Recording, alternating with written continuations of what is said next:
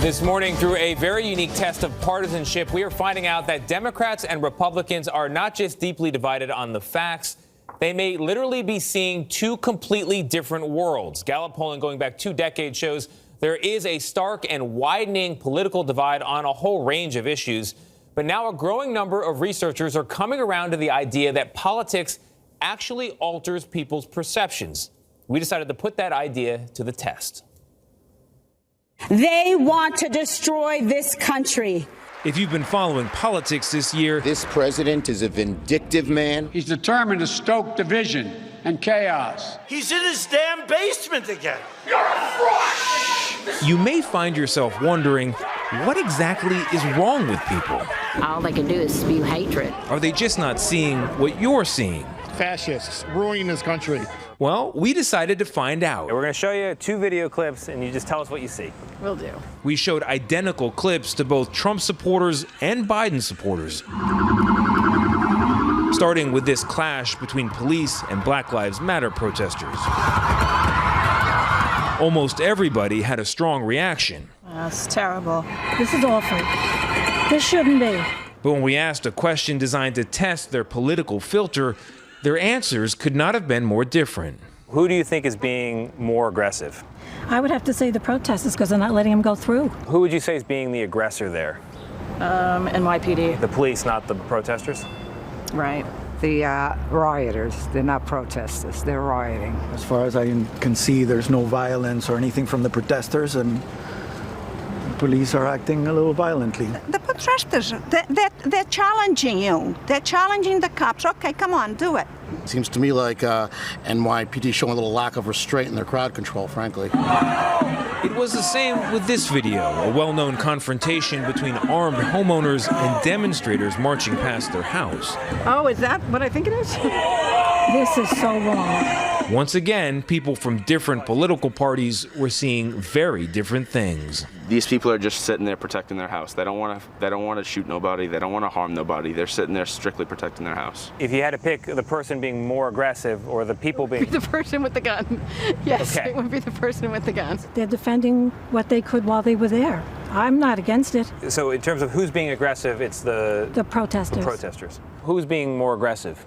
Oh, the person with the assault rifle, without a question. In fact, there was only one thing everyone seemed to agree on. Do you think America is becoming more politically divided? Yes. Yes. That's for sure. Absolutely. Yeah, because we're so freaking polarized. So this is a problem that's getting worse. Yeah, it's getting worse, and I don't see it unwinding anytime soon. Jay Van Bavel is a professor of psychology at New York University. Political identities are one of the most important and powerful identities that people have right now in this country, and that's grown over time. How did that happen?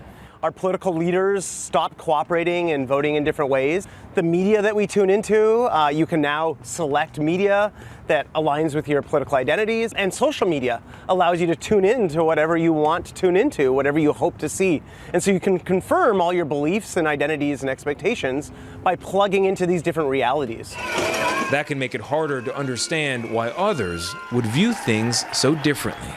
Can you imagine a Democrat looking at the videos you saw and coming to the complete opposite conclusion? No, I can't. No, I can't. So this is known as what's called the bias blind spot, that it's really easy for us to see bias in other people, but it's hard for us to see it in ourselves. Even though other people around us, our friends and family and colleagues, can see when we're biased, we have a hard time seeing it. We think we're rational. What does it mean for our government, for our democracy, for our country, if we can't look at a shared reality? If you don't see the same facts, you can't have a serious discussion about how to come to some solution. Some things are very clear, but most things are ambiguous. And so we have to decide how we're going to interpret them. And you can interpret them through an extreme partisan lens and decide anybody who doesn't see reality the same way you do is an evil person that needs to be defeated. Or you could pause and ask yourself, am I seeing it the right way? Am I seeing it the only way? And why are they seeing it differently than me? Yeah, the key there is pause. So yes, yeah. Pause and ask yourself, what are you looking at? And are you seeing it the right way? Is there another way to look at it? But The reality is that in the moment we're living in, you can show people the very same video and they can come to opposite points of opinion on it. To that point of pausing, social media works so quickly and people react so fast that there isn't a lot of pausing anymore. In fact, quite the opposite. There's a lot of rushing to conclusions and judgments. The bias blind spot is very scary, but when the professor said if you don't see the same facts, that's the thing, Tony.